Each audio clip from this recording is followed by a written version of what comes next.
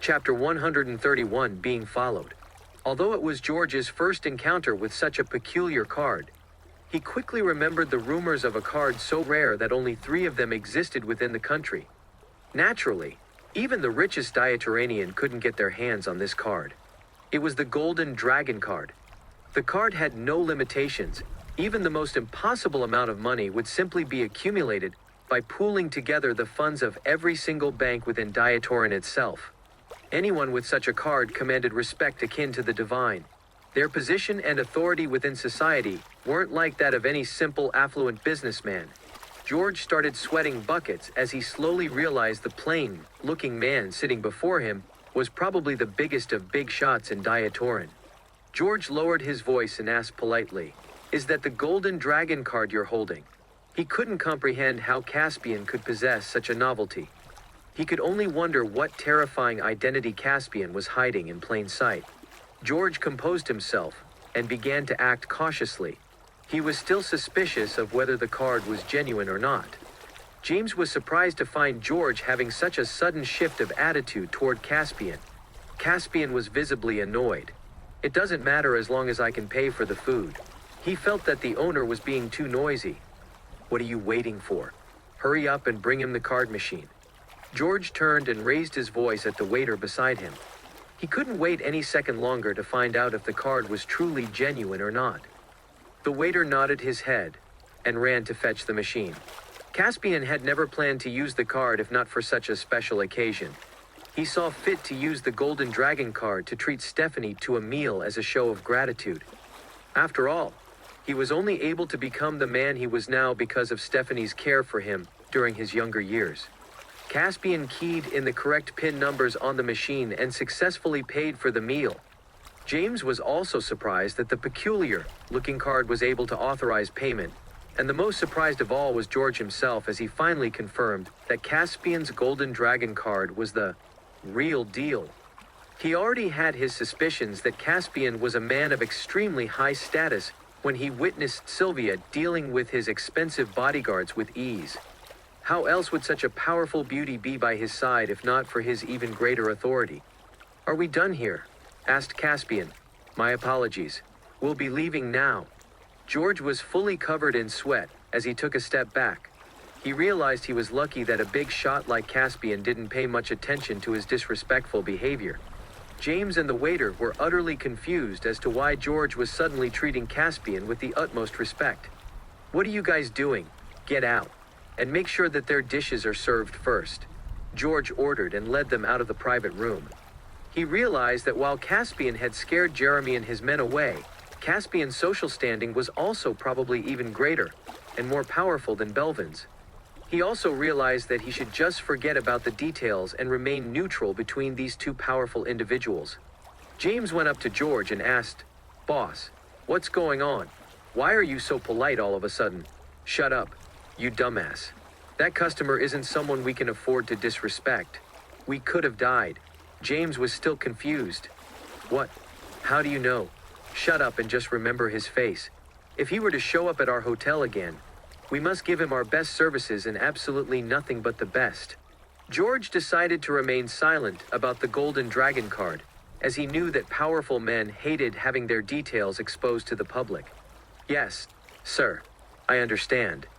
James didn't dare to ask any further questions, as he noticed how serious George was about the whole situation. George continued, "Take this as a lesson. Never judge a book by its cover. Men who are truly powerful never flaunt their affluence and power."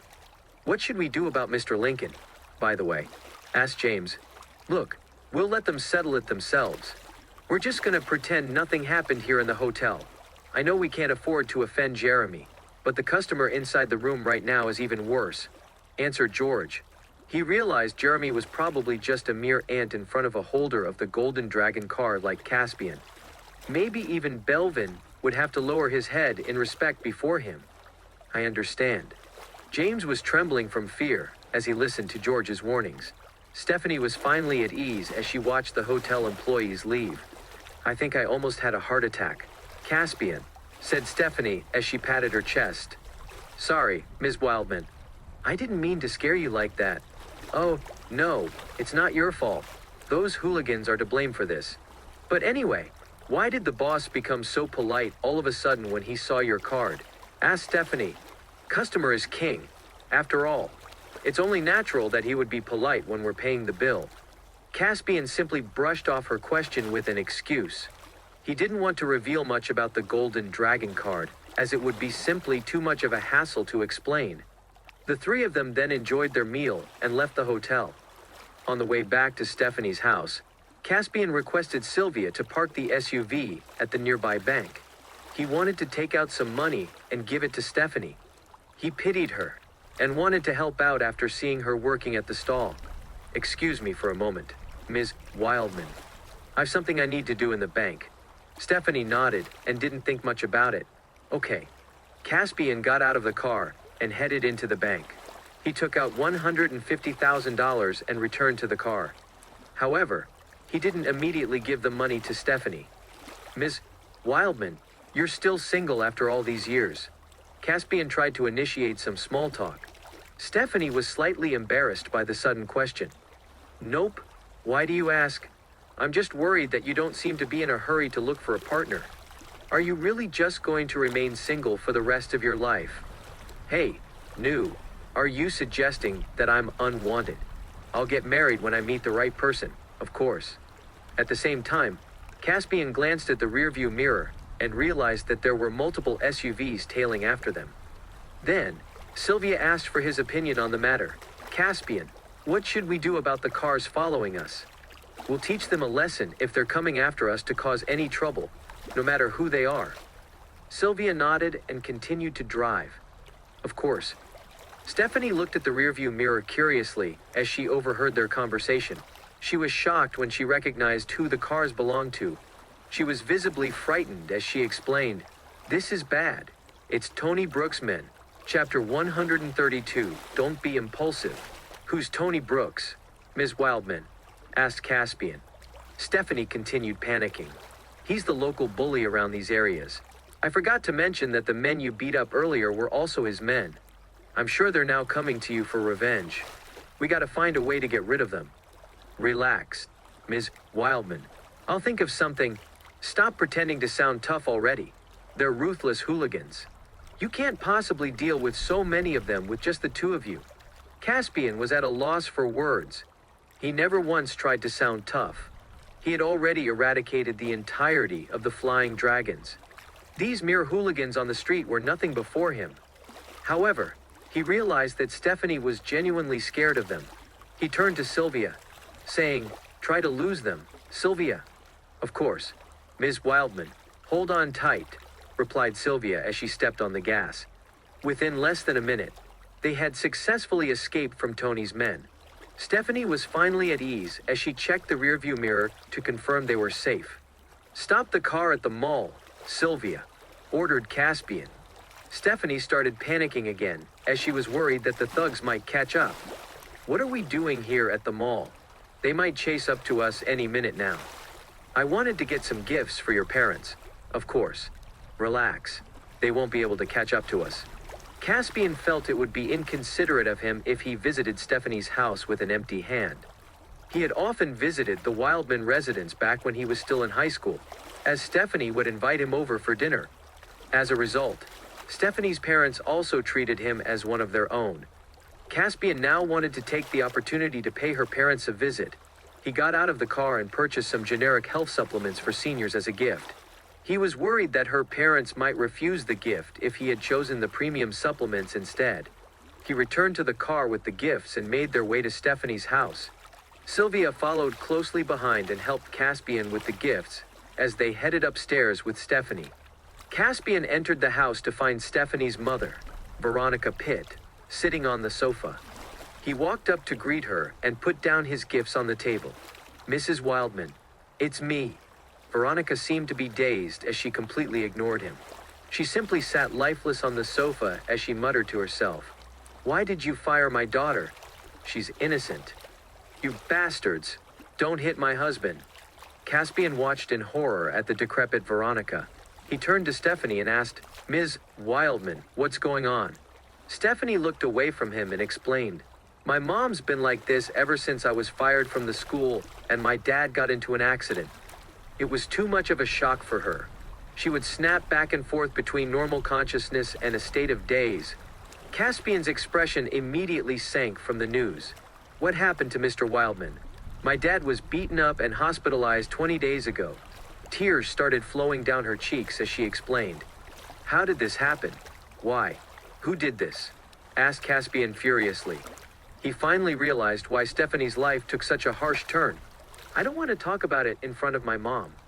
She was afraid that Caspian might get involved and endanger himself by going against such a powerful opponent if she were to explain everything to him. He stopped questioning and headed toward the balcony. He then motioned for Stephanie to follow him. She nodded and headed over as well. Caspian wanted to find out the truth. What's going on with your family, Ms. Wildman? You should have told me about your troubles.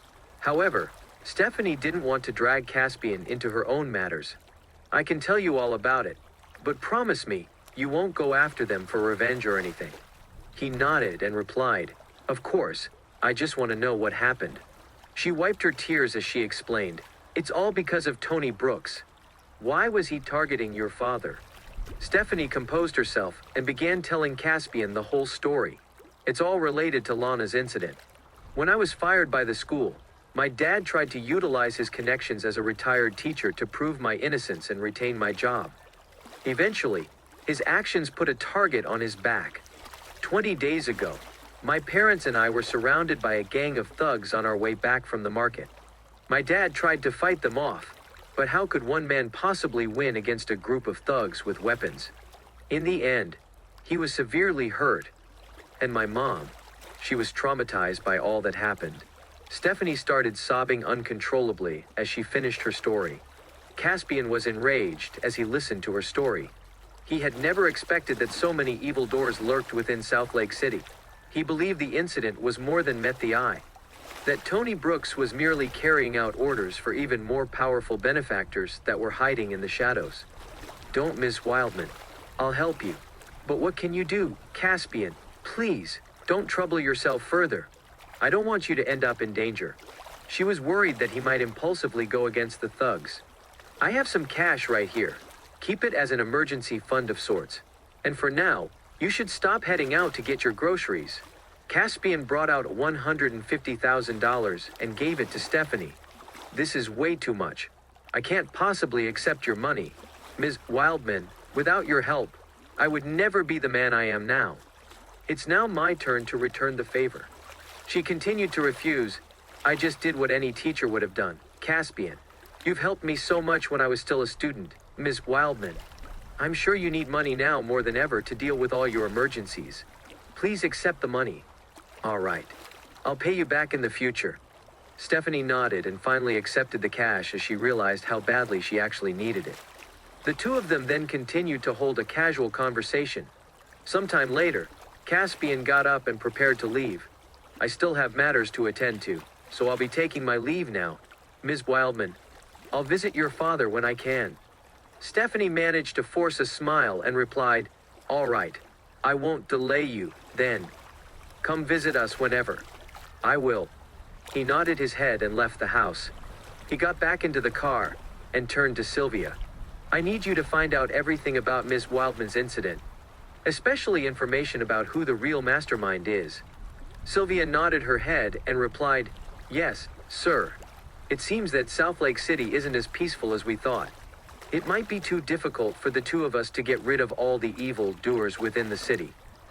Any plans in mind, Caspian? Asked Sylvia. Chapter 133, Just the Two of Us. I plan to bring over a group of elites to assist us. And then, we'll attack once we find out the truth, answered Caspian. Sylvia nodded her head and replied, Yes, sir. I'll make the arrangements right away. 30 men will be enough. We don't need to make it too big of a show. With the flying dragons eradicated, dealing with the remaining evil doers scattered across the city didn't require all of his troops. Sylvia nodded her head once more. I understand. Caspian continued, Oh, yeah, and bring us the best military doctor from South Aridlands. He figured that Lana and Stephanie's parents needed medical treatment, as soon as possible to return to their normal lives. Yes, sir. Sylvia called Julian and assigned him to 30 elite soldiers and the best military doctor to make the trip to South Lake City. She then drove Caspian back to his house. Caspian returned home to find Zoe packing up her belongings. "Oh, Caspian, you're back. I'm just about to go," greeted Zoe. "What's this? Why are you leaving?" asked Caspian. "I've been here longer than I should be. I'm sure I've been disturbing the two of you." Zoe felt embarrassed as she had been sleeping together with Willow throughout her stay. She realized her prolonged stay might have hindered the newlywed couple's supposedly honeymoon phase. And thus, she decided to return to her house. She was worried that her stay would prevent the couple from being intimate with one another in private. "Take care of Willow for me, all right? Make sure to pamper her lots once I'm gone." Zoe gave a sly-looking smile. Caspian quickly understood what she meant. Of course. A few minutes later, Willow finally returned home. "I've been waiting for you, Willow. I was just about to leave." Zoe walked up and hugged Willow tightly. "You're leaving? Why?" Willow was surprised by the sudden news. She thought that Zoe wasn't used to living with her. "I should stop being a third wheel and prevent the two of you from properly enjoying your married life. You know." Zoe made all sorts of expressions to convey her message to Willow. Willow was embarrassed by her suggestions. She took a look at Caspian and thought about his well-toned body. Her face then started blushing. Caspian then left the living room to give them some privacy. Willow lightly scolded Zoe. "What are you talking about? Geez." Zoe laughed out loud. "Better get on to making mini versions of each of you once I'm gone. I can't wait to be an aunt to your kids." Willow's face was completely red. "Hush. Don't just say such things out loud. It's embarrassing." "It's fine. Caspian has already left the living room. You need to take good care of him as well. I'm leaving since I don't want to cause any rift between the two of you any longer. Who knows what will happen if I stay longer than I should?" "He's not going to do anything rash," explained Willow. "All right. Good luck to the both of you," Zoe replied as she chuckled. Willow had enough of her antics and went to look for Caspian. "Caspian, let's make dinner. We'll need to send Zoe back to her home afterward." After having dinner, Willow personally drove Zoe back to her rental house. Caspian remained at home to await her return. Willow then returned home right after sending Zoe off. She then retreated back to the bathroom for a shower. Halfway through the shower, she realized she had run out of shampoo. "Zoe, Zoe," shouted Willow. It took a moment for her to realize that Zoe had already left the house. "Caspian, bring me a bottle of shampoo, please," shouted Willow once more. Caspian was watching the television when she heard her cries for help. He felt that this was quite the opportunity. He hadn't been intimate with Willow since Zoe had moved in. "I'm coming." He picked up a new bottle of shampoo and headed into her room. He politely knocked on the door instead of barging right in. "Just come in and place the shampoo on the table." "I'll pick it up," shouted Willow. He followed her orders and opened the door. He could hear the splashing sounds of water as Willow was taking a shower. The entire room smelled really nice. Caspian subconsciously gulped as he stared at Willow's enchanting figure from behind the shower curtain. He decided not to make a move just yet, as he now had all the time in the world to be alone with his wife. He put down the shampoo as instructed and returned to the sofa.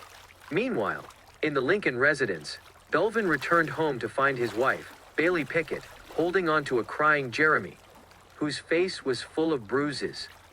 "What happened?" asked Belvin. Jeremy was crying as he explained, "Someone just beat me up, Dad." His words sounded like gibberish as his front teeth were knocked off by Caspian. Belvin was furious. Who dared to do that? They must be looking for an early grave. It's Caspian, that good-for-nothing son, in-law of the Stewarts.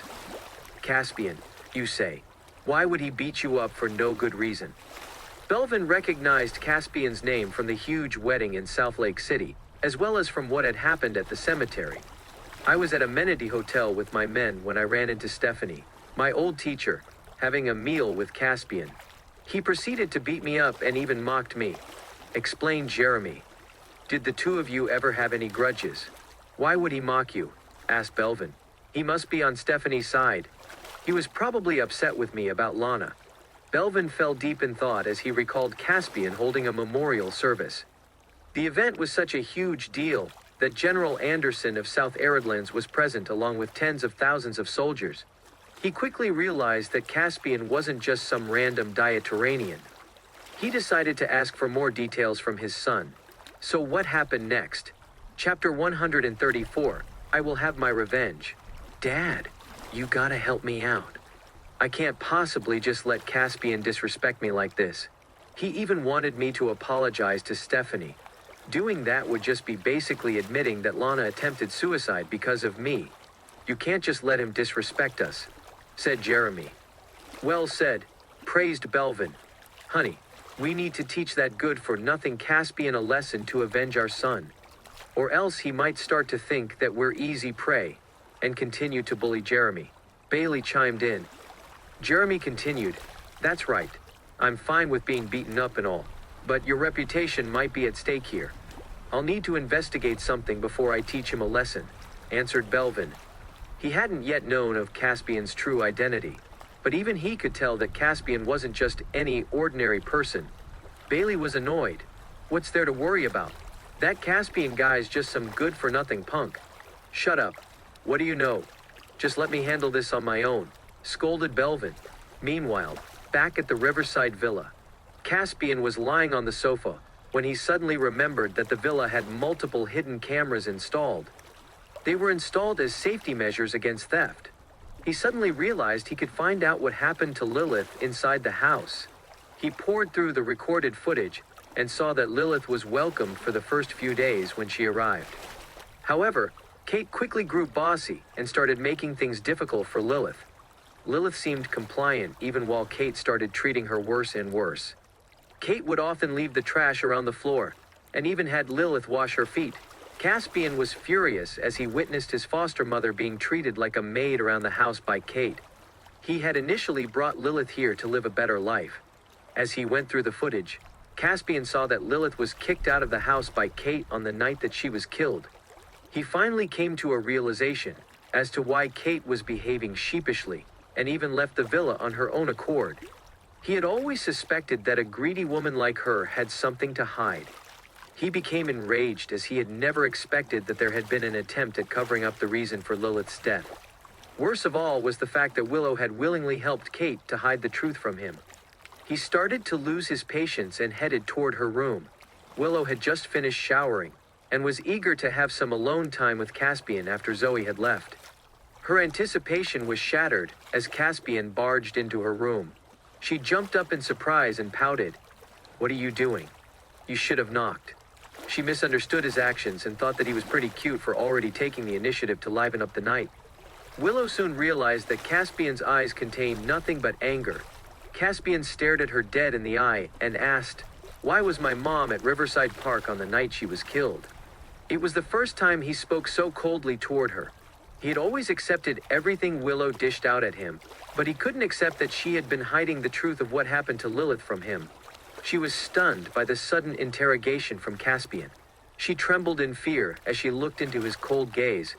Willow wasn't a fool, and quickly realized that the goody two-shoes before her had good reason to be furious. "Did you find out something? Answer my question." He just wanted to know why Willow had been hiding such a crucial matter from him. She lowered her head and answered, "My mom had kicked Madame Ziegler out of the house that night." She figured that Caspian must have already seen the events of that night. She realized she couldn't hide the truth from him any longer. "Why did you never tell me about this upon my return from South Aridlands?" shouted Caspian. "I was afraid that you might fly into a rage and hurt my mom. So..." Willow's voice trembled, and she started trailing off. She felt guilty about it ever since the day he returned home. "I might have forgiven Mrs. Stewart if you had told me the truth right away. But now, I'll have to kill her to avenge my mother." He then turned to leave the room. Willow was startled as she knew better than anyone that once Caspian vowed revenge, he would seek an eye for an eye against all who wronged him. He had killed so many since he started avenging Lilith. Kate would just be one more target among the pile of bodies. She hurried after him and hugged him from the back. "Caspian, please, spare my mom," begged Willow. She played a part in my mother's death, and had been hiding the truth from me. There's no way I could possibly forgive her. But she's my mother, and she's also your mother-in-law. Please, Caspian, give her a chance, for my sake. Unlike you, I don't have any reason not to kill her, answered Caspian. Caspian, please, this is my one and only request. Please spare my mother. Willow tried to beg for Kate's life, knowing that Caspian had a soft spot for her, his own wife. Caspian was furious. My mom wouldn't have died if Mrs. Stewart never kicked her out of the house. Why are you still defending her actions? Kate had long been disrespectful toward Caspian, but he never held a grudge against her. Before he left for South Aridlands, he had specifically instructed Willow to take care of Lilith so that Kate wouldn't bully her, but it seemed that his words fell on deaf ears. Willow held tightly onto him and pleaded, because, at the end of the day, she's still my mom. What else could I possibly do? It's my fault that I couldn't protect Madame Ziegler from her. If you want revenge, take my life instead. Caspian was upset upon hearing Willow willingly take on the blame for Kate. He felt bad that she was willing to bear all of Kate's faults. This has nothing to do with you. It's Mrs. Stewart's fault alone, and I will have my revenge, shouted Caspian. He didn't blame Willow for all of this, as she was also often out of the house for work. But he couldn't possibly forgive Kate for picking on Lilith, all while having her ugly face exposed on the security footage. Willow continued to persuade him. You can't possibly blame my mom for all that happened, Caspian. Madame Ziegler used to be part of the Girl Scouts, remember? She always had a great sense of justice within her. She would have reached out to help out those in need regardless of whether my mom had kicked her out on that night. She continued, it was simply her fate. Chapter 135, Not in the Mood. Madame Ziegler wouldn't have wanted you to go on a killing spree to avenge her, Caspian. She was praised and loved for her bravery to help those in need. Do you want to ruin her reputation by going out and killing everyone? Do you want her to be known for having a son who would mercilessly slaughter all those who wronged her? We would become enemies if you were to kill my mom, Caspian. We would have to divorce. Willow finally let out everything she had wanted to say. Even though my mom's death was not directly caused by Mrs. Stewart, I still can't forgive her for treating my mom like a maid and bullying her the entire time, answered Caspian. It's true that what she did was wrong, but as long as you spare my mom, I'll try to change her for the better. Sparing her doesn't mean that I'll ever forgive her. He couldn't possibly ever forgive Kate for what she had done. Willow also understood that he would hold on to the grudge for a long time. But for now, she just wanted him to spare Kate's life. Thank you, Caspian. I was also furious when I learned about all the things she had done to Madame Ziegler, and I couldn't accept it either. She was glad that the issue didn't get out of hand. With Caspian's dedication to revenge, Kate would have been a goner if Willow hadn't stopped him right here. Let's go to bed, Caspian. It's just the two of us now. Don't think about anything else for now. Willow tried to change the topic and shift Caspian's attention away. He coldly replied, I don't have the mood for any of this. He felt nothing but injustice because Kate got away with mistreating Lilith during her stay at the house. Willow then moved to face Caspian and stood on her toes to match his height. Caspian suddenly felt a tinge of sweetness spread across his lips. Willow had hoped that she could make him forget about seeking revenge for now. It had been quite some time since they could enjoy the presence of one another, thanks to all the chaos. But Caspian wasn't in the mood for any intimacy. He was still furious and couldn't stop thinking about Lilith's fate if Kate hadn't kicked her out of the house that night. As Willow tried to go in for a kiss, Caspian gently pushed her away. Willow was surprised by his rejection. What's wrong, Caspian? I'm not in a good mood tonight, explained Caspian as he turned to leave. He couldn't stop thinking about how Kate had bullied Lilith, so he was unable to properly enjoy having any alone time with Willow. She could understand why he was furious because Kate's attitude toward Lilith had been vile. She could only hope that this grudge of his would soften over time. Caspian returned to his room and tossed around in his bed, unable to fall asleep. Images of Lilith being bullied around the house by Kate would resurface whenever he closed his eyes. He felt helpless about the fact that he couldn't enact his vengeance against his mother-in-law. Willow was also unable to fall asleep as Caspian's sudden shift of attitude gave her too much of a shock. Their relationship had been steadily growing closer and closer, only to be met with an abrupt stop due to him finding out the truth about Kate. The next day, the Inspector General's office received a new letter of appointment detailing Joey's promotion as the new Inspector General. The entire office was surprised by the news, because no one had expected Joey to be promoted. The most surprised of all was Neil Banks, the second in command in the office. He had assumed that he would be promoted to Inspector General to replace the deceased Ezekiel. Even Joey was surprised by the sudden news. She felt as if she was dreaming, but the details were written clearly without any shadow of a doubt in the appointment letter. She suddenly remembered her conversation with Caspian back then, and realized that Caspian sounded as if he already knew of her promotion. However, she didn't realize that Caspian had helped her earn this promotion. Colleagues within the office came up to Joey to congratulate her for being appointed as the new Inspector General. Joey was a person with a great sense of responsibility, and the new position only strengthened her beliefs. She immediately held a meeting as the new Inspector General to discuss and deal with all sorts of problems within South Lake City. She had longed to organize an extensive operation to help resolve the city's issues, but she had never had the authority to do so. But now, she was finally given the opportunity to bring her dreams to reality. Right after the meeting was over, an officer came to report that Caspian was looking for her.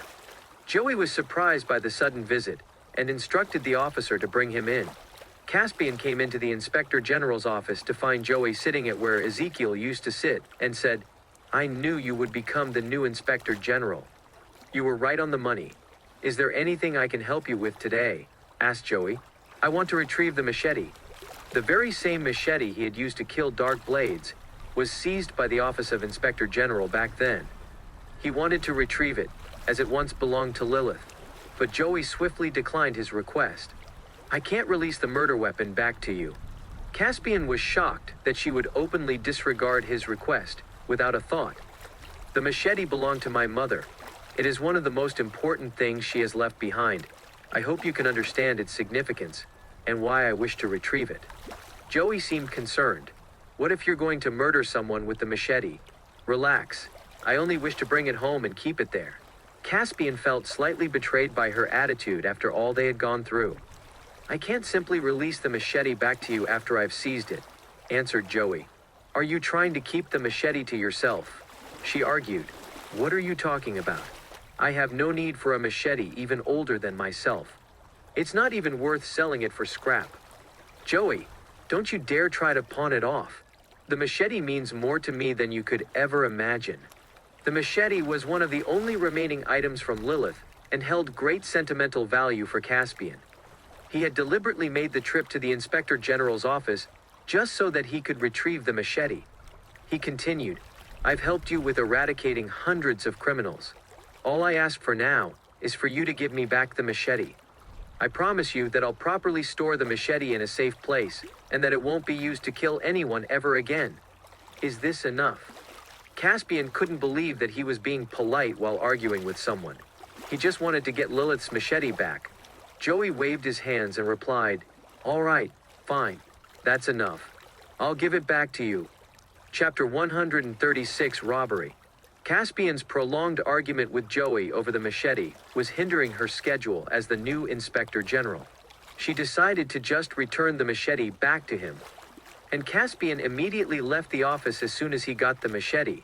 He had yet to inform Joey about the incident between Jeremy and Lana since he already had Sylvia investigating it.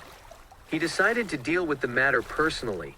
He didn't drive his sports car today, and instead opted for an SUV to avoid attracting unwanted attention. Caspian then drove to Stephanie's house for a visit. He had also planned to visit Elias and Lana in the hospital later. He received a call from Sylvia en route. Caspian, 30 elites, along with the best military doctor, had moved out. Estimated time of arrival would be noon today, reported Sylvia.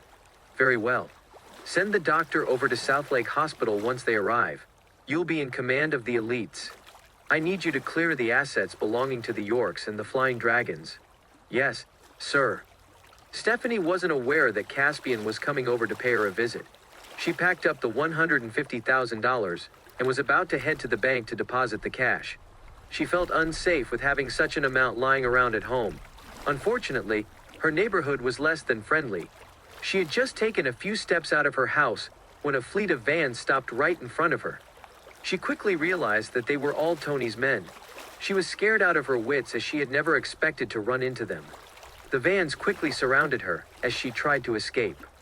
Dozens of men soon came out from the vans. "What do you want?" asked Stephanie. Tony himself made an appearance as well. "My men were beaten up after failing to pick up the management fee yesterday. But we'll see if you can still escape us today." He was pissed as he had been chasing after Caspian since he received an update from his underlings yesterday, only to be thrown off the trail by Sylvia's skillful maneuver. He wasn't the type of person to simply let it go, and thus, he had brought his men to pay Stephanie a visit. They were also slightly surprised to run into their target en route. "I don't know those people that beat up your men. You should be looking for them, not me," explained Stephanie. Tony replied, "Bitch, please. My men saw you going into the hotel with the two of them for a meal. You can't even make up a proper lie about your friends." She was speechless as she realized that his men had been following them all this time. "So, where are the two of them?" asked Tony. "I've no idea." She wouldn't rat out any details about Caspian as she was afraid he might be targeted by Tony. "Guess I'll have to ask you to pay for my men's medical bills," replied Tony. "I don't have money for that." Stephanie subconsciously held her bag tightly as she frantically explained. The bag held all of the $150,000 Caspian had given her.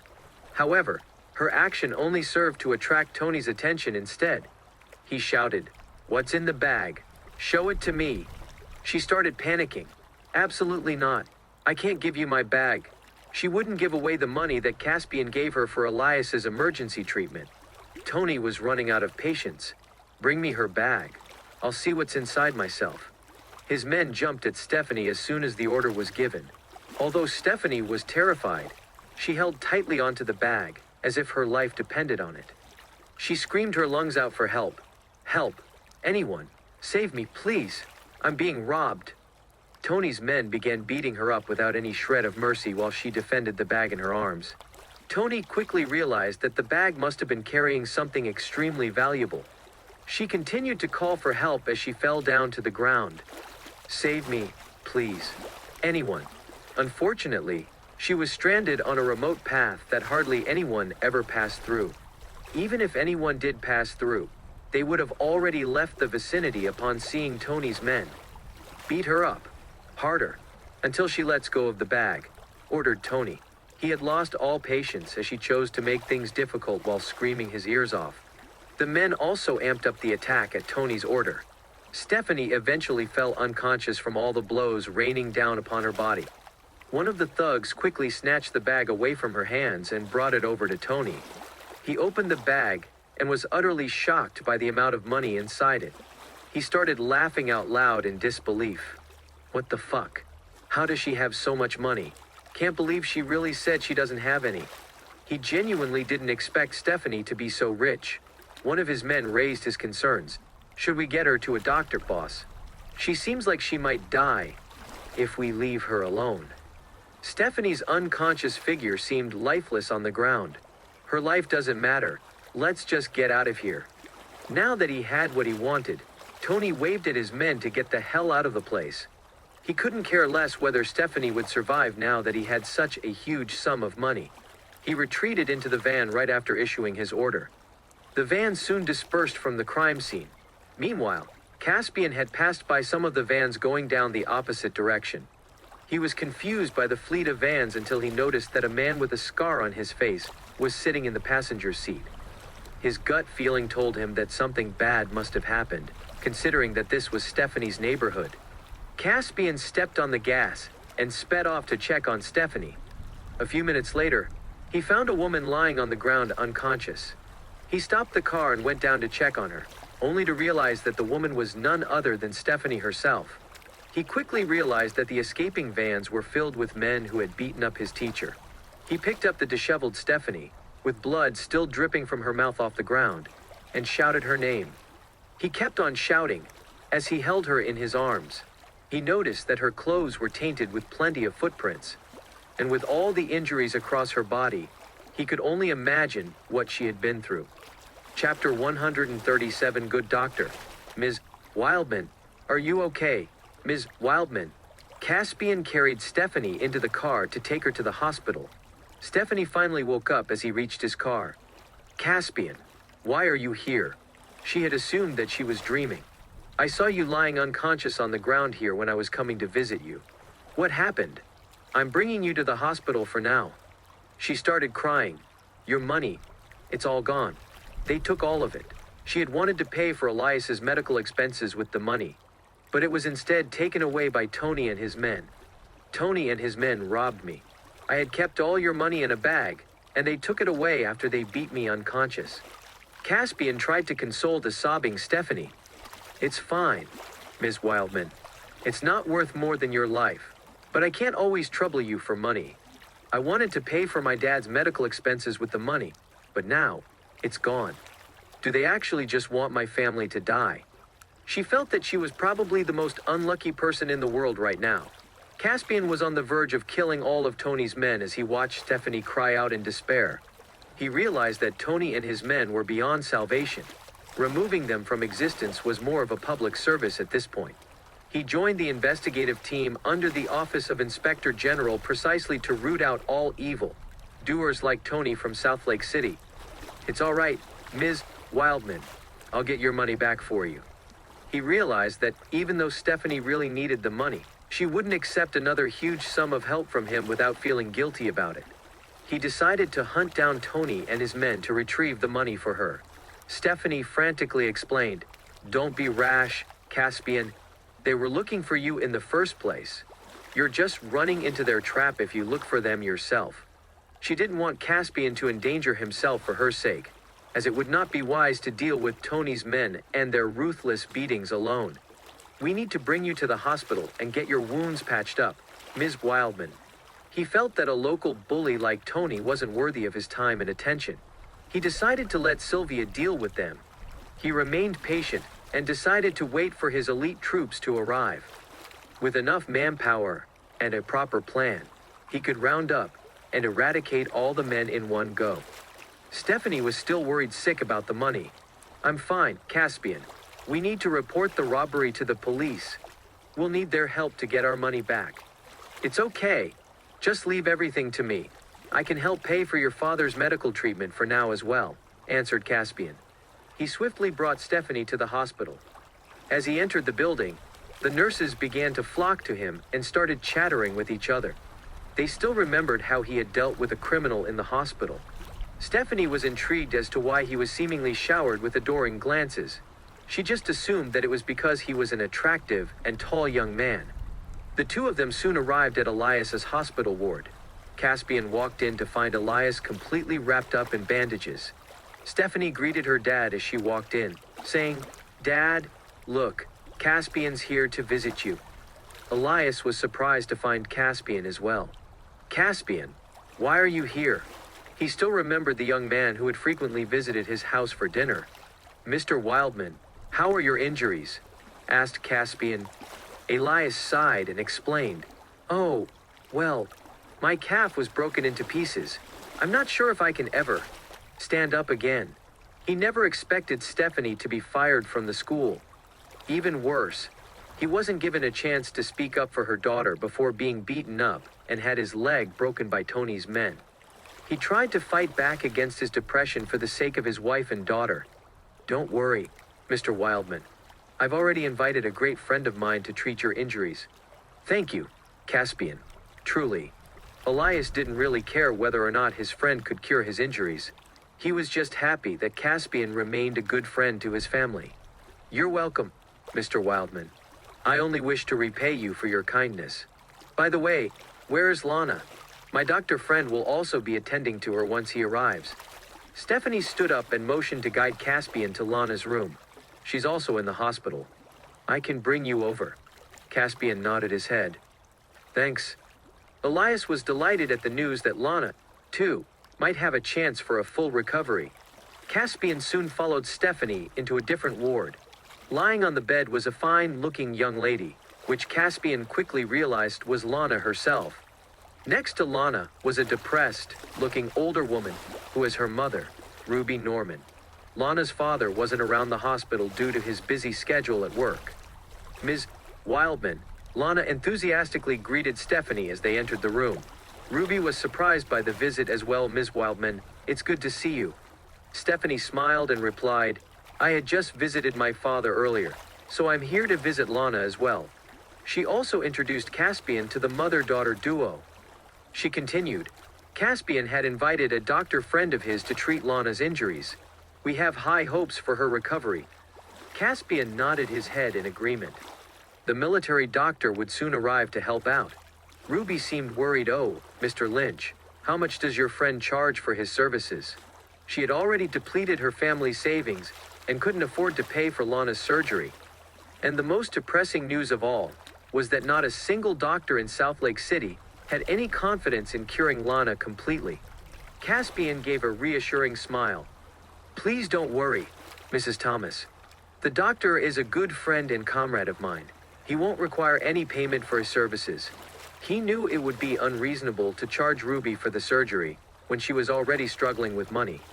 The services for a military doctor weren't something an ordinary citizen would have been able to afford anyway. Ruby's hands trembled with excitement as she tried to hold back her tears. She was just happy that someone reached out a helping hand for her family in these dire times. Lana also proudly declared, If I can stand up studying and becoming a doctor as well. I'm sure you will, replied Caspian. He had nothing but absolute confidence in the skills of military doctors. He had seen the doctors in action throughout all the battles he had fought in South Aridlands. Ruby angrily complained, That bastard Jeremy. I can't believe he's still a free man after all that he's done to us. Justice no longer exists in this world. She had thought long and hard about anything that could help bring justice for Lana and her family. But all her attempts were in vain against the Lincolns. Don't worry, Mrs. Thomas. Karma will soon answer their evil deeds, answered Caspian. He would never let Jeremy get away with turning the lives of a young, innocent lady and her family this miserable. Chapter 138 Female Elite. As Stephanie was chatting with Lana and Ruby, Caspian sneakily went to settle any outstanding payments for Lana and Elias. He wanted the injured folks to relax and continue to recuperate in peace. He understood that Lana's family had bled themselves dry in order to pay for her stay at the hospital, so he took out $50,000 in cash as a gift for them. He then returned to Lana's ward and gave half of the money to Ruby. Ruby had naturally refused the money, but eventually accepted it after multiple attempts of convincing. His gift of money was actually very much needed for Ruby and her family. She and her daughter were immensely grateful for his generosity. Caspian wanted to give them the entire sum, but was worried they might feel uncomfortable about receiving such a huge amount. After he left the room, he decided to give the rest of the money to Stephanie. It was not Stephanie's first rodeo with Caspian, and she really needed the money as well, so she gratefully accepted his aid. They both then returned to Elias's ward to keep him company. At 4:00 p.m., Caspian finally received a call from Sylvia. He excused himself from the room before picking up the call. Caspian, all 30 elites and a military doctor have arrived at South Lake City, reported Sylvia.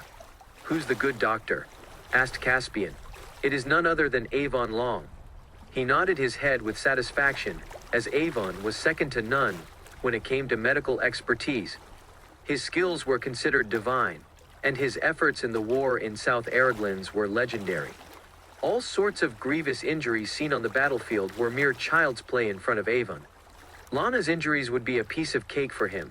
Caspian, your orders, asked Sylvia. The investigative team was still gathering information about all the evil doers active within South Lake City. Bring Avon to the South Lake Hospital. And as for the elites, prepare some lodging in an appropriate hotel. I'll send them for a mission later, instructed Caspian. Yes, sir.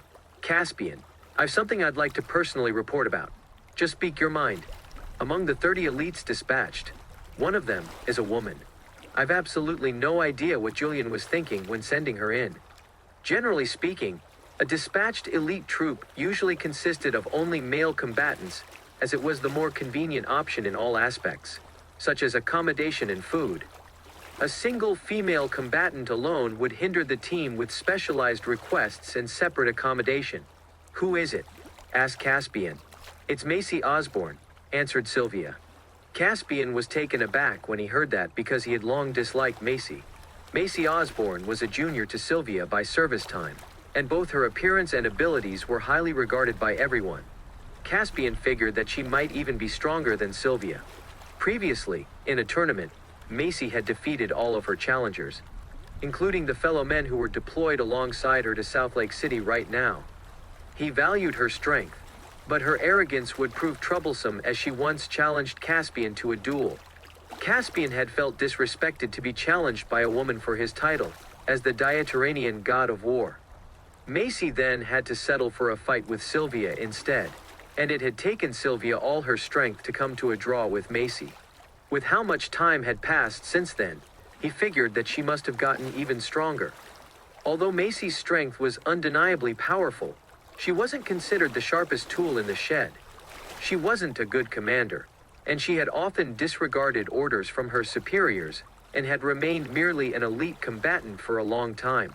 She had even ignored Caspian's orders back then, but she had never made any major mistakes or wrongdoings. He couldn't punish her for simply ignoring his orders. "Why is she here?"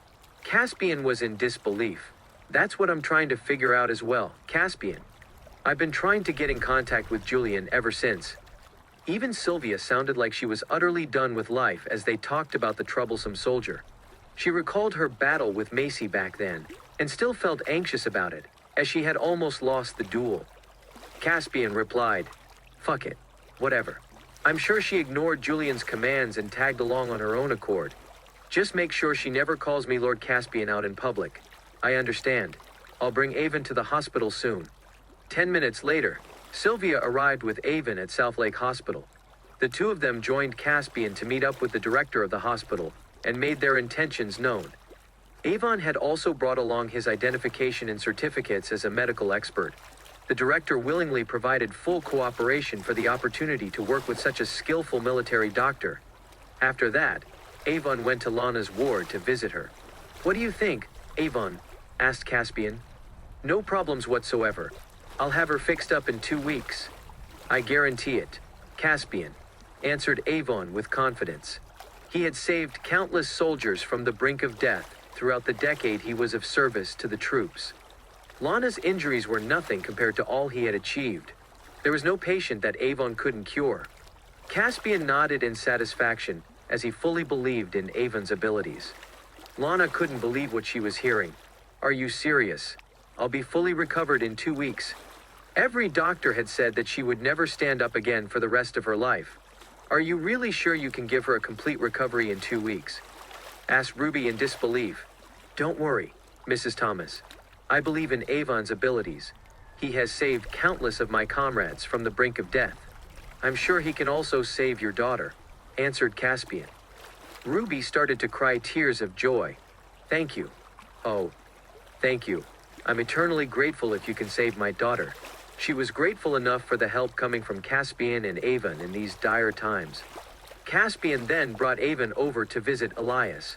Avon quickly concluded that treating a broken leg would be an even easier job for him. As Avon was examining Elias for his injuries, a woman with an exquisite figure dressed in military camo arrived outside the room. Chapter 139, Macy Osborne. Caspian froze up in place when he saw the newcomer. It was none other than the problematic Macy Osborne herself. He immediately tensed up and asked, "What are you doing here, Macy?" "Caspian, I came out for a stroll since it's too boring at the hotel," answered Macy nonchalantly. She had already been informed by Sylvia to address Caspian accordingly in public. Stephanie was surprised to find such an imposing female soldier looking for Caspian. "Follow me." Caspian motioned for Macy to follow him out for a private conversation. Her exquisite figure, along with the striking military camo, attracted a lot of attention as she followed Caspian out of the hospital. A lot of men turned around and gawked at her beautiful face and body as she passed by. However, Caspian looked grim throughout the walk as he brought her all the way out of the hospital to a more secluded location. He then turned around and said, "Attention. Macy obediently paused her steps and stood at attention. "Macy Osborne," shouted Caspian angrily. "Present. What are you doing here in South Lake City? To ensure Lord Caspian's safety. I already have plenty of protection with me. You're not needed here. Return to South Eredlands at once," ordered Caspian. "I'd prefer not to," answered Macy. "Are you defying my orders?" "I said, return to South Eredlands at once. You're not needed here." He wanted nothing to do with Macy as she was too ruthless with her actions and preferred to act alone. As a commander, there was nothing he hated more than a disobedient soldier. She calmly explained, "I wouldn't dare defy your orders, sir. But South Eredlands is relatively peaceful and boring right now. That's why I came to South Lake City." Caspian felt that he was getting a headache dealing with her. Boring. She gave out a sly-looking smile. "That's right. South Lake City is way better. And besides, I get to look at my handsome commander every day." He remained unfazed. "I'm not joking around with you." He knew that treating her well would only create more problems. He also knew he wouldn't be able to discipline her in due time. "Relax. Caspian. Why the scary face? I've always listened to your orders on the battlefield." He was utterly done with arguing with this nutjob of a soldier. He wanted to send her back to South Eredlands, but he realized that forcing her to do so might only cause unnecessary problems when she threw a tantrum about it. He decided to just let her stay around for now. "Fine, but at least get a change of clothes when you're out in public. You don't have to flaunt your uniform around to show that you're a soldier." "Oh, well, I was in a bit of a rush and forgot to change my clothes. I'll keep it in mind next time." Caspian pulled out his phone and called Sylvia to escape from conversing with Macy. Soon after, Sylvia had arrived where the two had been waiting. "What happened, Caspian?" asked Sylvia. "Assign Macy to a mission right away. She's complaining about being bored." Macy immediately lit up. "Mission?" She seemed energized at the mention of a mere mission, as if she had been bored out of her mind back in South Eredlands. Tony and his men had stolen Ennis Wildman's money. "I need the both of you to eradicate the pests and bring back the stolen money," ordered Caspian. Macy replied, "Who's this Tony you're talking about? I've never heard of him." She wasn't familiar with the current situation in the city and had never heard of Tony. But she was simply satisfied with the fact that there was a job to complete. Tony Brooks is a local bully around these parts. As for what he looks like, investigating it is part of your mission. "Don't mess this up," answered Caspian. Sylvia replied, "Yes, sir. I need you to get some answers out from him before you kill him. I need to know who he is working for and why he beat up Mr. Wildman." Both Sylvia and Macy answered in unison. "Yes, sir, that's all. Move out." Caspian waved his hands and dismissed the duo. He just wanted to get it over with, so that Macy would leave him alone. He then returned to the hospital ward. Stephanie noticed his return and asked, "Who's that beauty from earlier, Caspian?" "A comrade of mine. She came along with Avon. It's been some time since we last met, so she personally paid me a visit," explained Caspian. "Oh, I see." Stephanie nodded her head and took his answers at face value. She didn't question him further. Sylvia and Macy soon arrived at a hotel where Tony and his men were enjoying a feast with the stolen money. The duo had changed into a casual fit to blend in with the civilians along with a dozen of the elite combatants. Meanwhile, within the hotel, "Boss. Cheers. We hit it big today. That's right. Can't believe that stanky old teacher was just pretending to be poor. Cheers." Tony's underlings had drunk themselves dizzy. "I can't believe you guys are all riled up over just a few $100,000. There's more to come if you continue to work under me." Tony was also excited over their big catch, but he didn't show it on his face. He continued to enjoy the feast along with his men, and eventually got so drunk he couldn't walk straight anymore. At this point, a few SUVs arrived outside the hotel. A dozen imposing-looking men rushed into the hotel and swiftly located Tony's room. Among them were Sylvia and Macy. Tony was frightened when his room was suddenly invaded by a bunch of strangers. Macy initiated the conversation. "Are you Tony Brooks?" "That's right. And who is this beauty looking for me?" He was instantly charmed by her looks and let down his defenses. Looking to lock you up. That's what. Round up all his men, shouted Macy. Sylvia was speechless by Macy's behavior, as she was supposed to be the leader of the operation. The soldiers had also listened to Macy's commands out of fear, and promptly took down Tony and his men. The drunken hooligans were unable to react at all. "Why are you arresting us? I don't even know who you guys are," demanded Tony. "You might not know any of us, but we know what you've done," answered Macy. Chapter 140, Wicked Plan. The elite soldiers brought Tony and his men into their car. The sudden event left everyone at the hotel dumbfounded, as they had long gotten used to never offending Tony and his men. They never expected that the hooligans would be dealt with and captured in an instant. Macy turned to Sylvia and said, "We should pay for their meal, Sylvia. It would be unfair to the hotel otherwise." Sylvia rolled her eyes in disbelief as she was being ordered around by her junior. She soon came to realize this was why Caspian hated having Macy around. However, she decided not to make a big deal about it. Macy waited for Sylvia to make the payment before leaving the hotel together. They had already discussed where they would be executing Tony and his men. The elite troops soon brought Tony and his men to the outskirts of South Lake City. Tony was utterly terrified as he demanded, "Just who the hell are you guys?" "We work for Caspian," answered Macy. He was confused by the answer. "Caspian? You mean that good-for-nothing Caspian Lynch? He's more of a man than you could ever hope to be." Macy had become depressed and secretly cried for days when she learned that Caspian was married. However, she finally felt some sense of relief now that she could visit him every day in South Lake City. "I don't think I've any grudges with Caspian. So why are you doing this?" asked Tony. He had heard only rumors about Caspian. She coldly explained, "Because you've offended Caspian's teacher, Stephanie." Tony and his men instantly shivered with fear as they were guilty of robbing Stephanie in broad daylight. They never expected that Stephanie was Caspian's teacher. He sheepishly asked, "So what do you want from us? Give us back the money that you stole." He obediently brought out Stephanie's bag and handed it over. He began to beg for mercy. "This is all that's left. Please, let us go." Tony and his men had already spent tens of thousands in quick succession ever since they robbed Stephanie.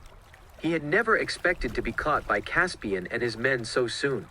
Macy continued her interrogation. "Another question. Why did you beat up Stephanie's father? Who gave you the orders?" "I can't tell you about that." Tony couldn't afford to reveal his benefactor hiding in the shadows. Macy wasn't in the mood to negotiate for an answer. "Finish them off. We'll see if you'll start to talk then." The elite soldiers each brought out their own pistols. Dozens of gunshots rang out in succession right next to Tony. His men were instantly killed without even having a moment to beg for mercy.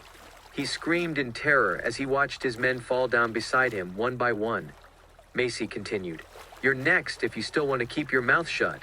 It's Belvin Lincoln. He's the one who ordered us to beat up Stephanie's dad."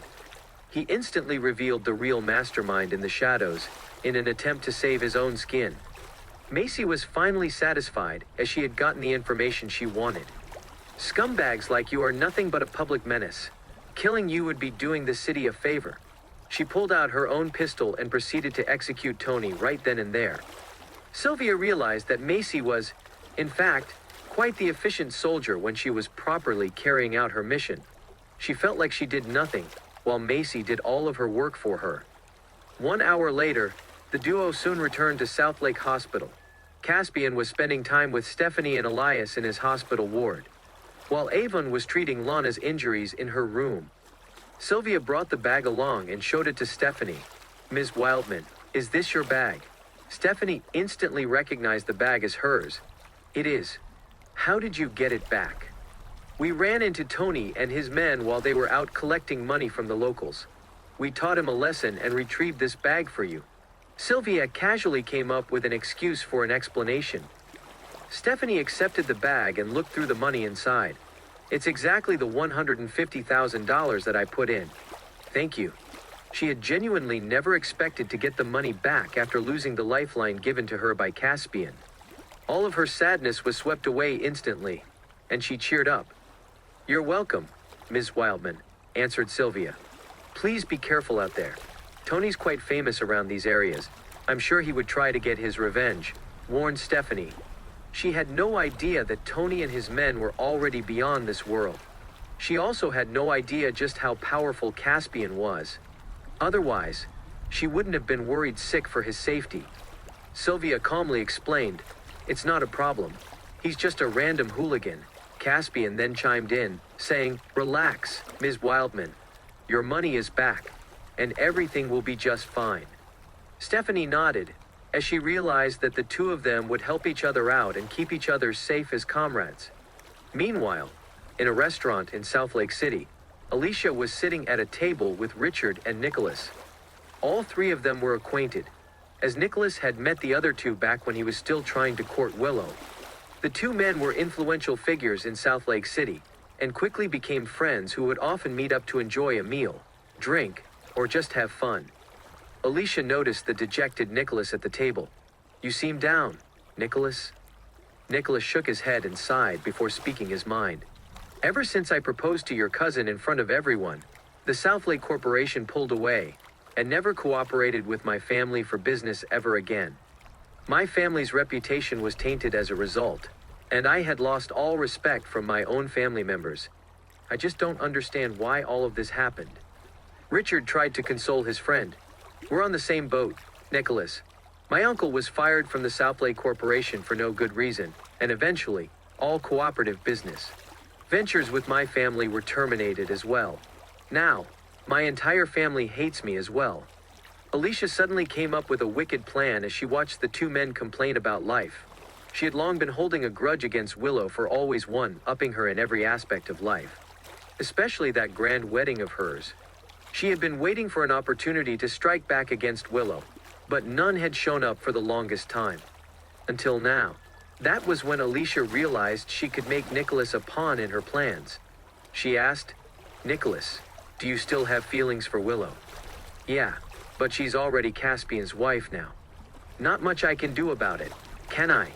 answered Nicholas dejectedly. He felt helpless as he had been pursuing Willow's attention and love for a long time. He had always fancied Willow for her beauty and exquisite figure. But unfortunately, Caspian had snatched his sweetheart away from him.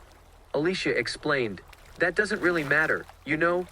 Just because there's a goalkeeper doesn't mean you still can't score. I can help you get Willow back and rebuild the partnership between South Lake Corporation and the Archer family." Nicholas was naturally hesitant with her offer at first. That sounds too good to be true. But he realized that he had no reason not to reject her offer if there was still a chance to make his dreams come true. He would rescue his princess from Caspian and bring a new era for the Archer family's influence in South Lake Corporation. "It's true, but it might be risky. Would you like to try, Nicholas?" He was eagerly waiting for her to explain the plan. "I ain't afraid. Just tell me what's your plan already." Nicholas was willing to try anything Alicia would mention, so long as he could still have a chance to be together with Willow.